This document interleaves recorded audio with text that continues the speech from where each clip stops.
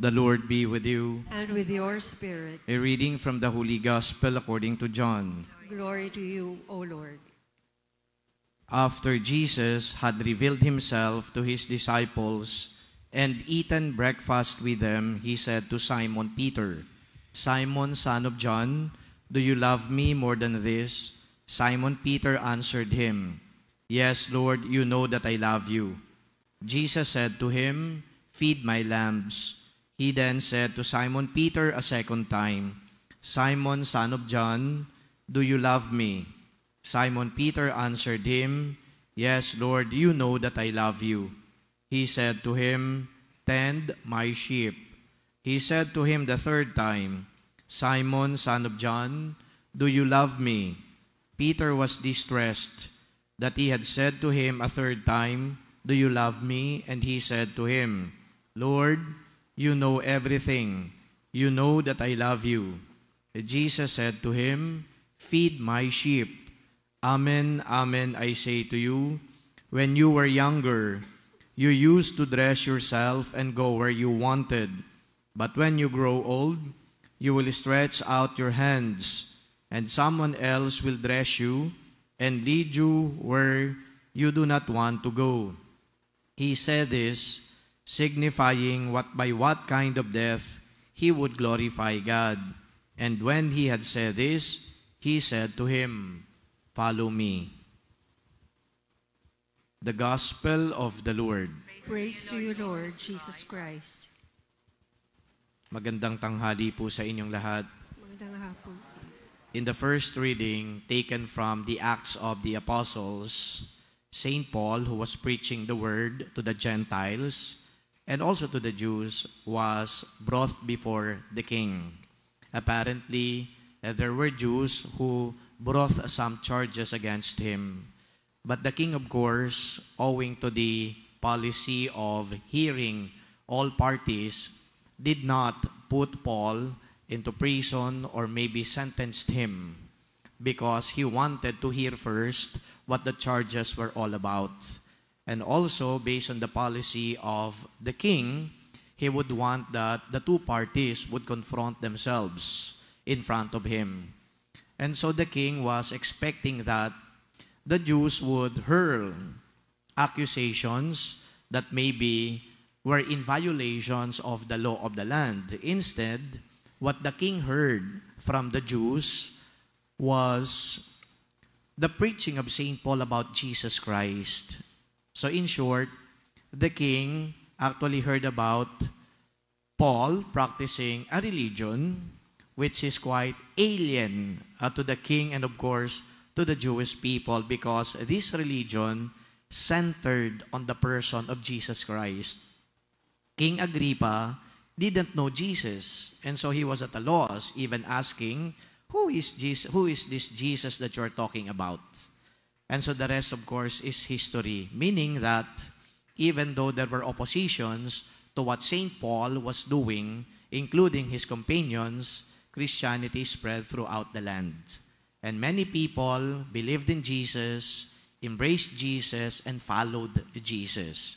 So actually, when we speak of following Jesus, this was buoyed by the fact that St. Paul preached the gospel not only to the Jewish people but to the Gentiles. Many of the Gentiles were converted to Christianity, and so therefore they began following Jesus. And following Jesus doesn't only literally mean that when Jesus goes somewhere, then people followed him. When speaking of following Jesus, it means that these Christians who were new converts from Gentiles or paganism were living according to the teachings that they received from St. Paul. Sa makatwid, sila po ay naniniwala sa sinasabi ni St. Paul at isinasabuhay nila yung kanilang pinaniniwalaan. Very crucial po yung point na yon. Isinasabuhay nila yung kanilang napakinggan at pinaniwalaan. I think we should understand that Christianity is not only about outward practices of coming to Mass every day or even on Sundays, and then of course praying all these devotional practices.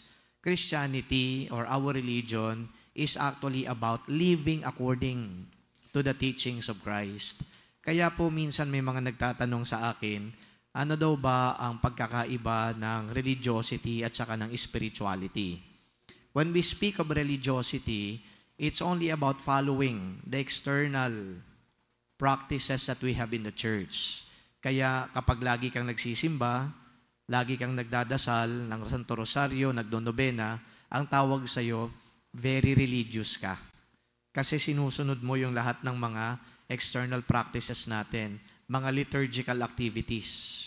Pero kapag sinasabi na very spiritual yung taong yan, yung spirituality goes deeper than the mere practices of our devotions. Meaning to say, yung deep spirituality ay nangangahulugan na ng pagsasabuhay ng diwa ng banal na ebanghelyo na pinroklama sa atin ni San Pablo at ng mga apostol.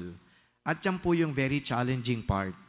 Kasi pwede tayong gumising ng maaga para magsimba, pwede po tayo na mag-break ng kaunti sa ating trabaho para pumunta dito sa EDSA Shrine, magsisimba pa rin, o di kaya pwede din tayo na bago umuwi, habang naghihintay na humupa yung traffic, dadaan muna tayo sa Adoration Chapel. Very religious tayo. Pero uulitin ko, yung napakahirap na gawain ng pagiging Kristiyano ay yung pagsasabuhay. Pagsasabuhay ng ano? Sabi ni Jesus, patawarin mo yung nagkasala sa iyo 70 times 7 times. So anong ibig sabihin dito ng 70 times 7 times? Walang conditions yung pagpapatawad.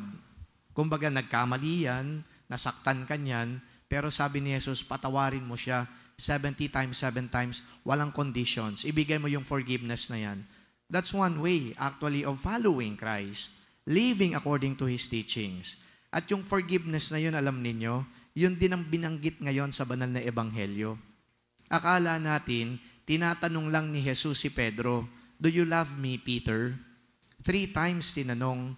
Medyo napikon si Pedro, medyo nainis, bakit naman paulit-ulit? Sinabi ko na nga na, mahal ko po kayo paulit-ulit kayo. Yung pala, ito ay pagbabahagi ni Jesus na pinapatawad kita, Pedro. Pinapatawad bakit? Kasi itong si Pedro, kung naalala pa ninyo, 3 beses din, dininay niya si Jesus. Denial of Jesus is tantamount to what? Abay, umaalis ako sa Kanya. Hindi ko kilala yan. Hindi ko sinusunod yan. Yun po ang ibig sabihin nun. Parang umaaklas ako. Hindi ko naman kakilala yan. Wala kaming ugnayan yan. Eto, tingnan mo buhay ko. So, walang rootedness, ika nga kay Kristo, yung pagtanggi niya sa malaking pagkakasala. Pero, pinatawad siya ni Jesus. Do you love me, Peter? Yes, Lord, I love you. So, that's one way of putting it. Living according to the teachings. But of course, forgiveness is only part of the whole teachings of Christ. And if we're going to simplify or maybe summarize this whole teaching, eto na naman, love. Sabi ni Jesus, what are the 2 greatest commandments? Love God with your whole heart, with your whole mind, with your whole soul, self, and love your neighbor as yourself. Yun, pagmamahal sa kapwa. Yung kapwa natin, dinefine din yan in the parable of yung hindi po prodigal son, yung pong kumbaga ay yung siya ay nilooban, pinagnakawan, anong tawag natin dito? Yung neighbor, good Samaritan. Dinefine niya, di ba? Yung neighbor mo, hindi lang yung kakilala mo. Yung neighbor mo, kung sinong tao yan, neighbor mo yan, mahalin mo yan, paglingkuran mo yan. Again, kung pagsasabuhay pala yung ating religion, ang hirap kaya. Hindi mo naman kakilala yan, paano mo tutulungan yan? Di ba paramount sa atin na bago tayo tumulong, at least, kaibigan mo yan, kakilala mo yan, pero yung kaibigan nga minsan, kamag-anak hirap na hirap pa rin tayo makatulong di ba? Lalong-lalo na hindi mo kakilala. So again, it's too difficult to follow Jesus. Because many of the things I think that He wanted us to do, parang hindi akma o tugma sa pananaw natin. Ba't ko patatawarin yan nilapastangan nga ako niyan Ba't ko tutulungan yan? Hindi ko naman kaano-ano yan eh. Di ba? That's the way we think. Kaya ang ibig sabihin pala nito, kung nung si Saint Paul ay nagpipreach at marami siyang nakuha para kay Jesus, sumunod kay Jesus, hindi lang uulitin ko yung simpleng pagsunod. Nagkaroon ng conversion. So tayo din pala ngayon, kailangan natin ng conversion so much so that yung mga praktikal na pananaw natin, di ko tutulungan yan. Di ko naman kaano-ano yan eh. Ba't ko patatawarin yan? Sinaktan ako yan eh. Yung mga ganong mga pananaw, babaguhin at iaakma natin sa kung ano ang gusto ni Jesus. So my dear friends, brothers and sisters, this is a reminder for all of us that indeed, when we express our faith in the Lord, that expression should not be limited to coming here in the church every day of your life.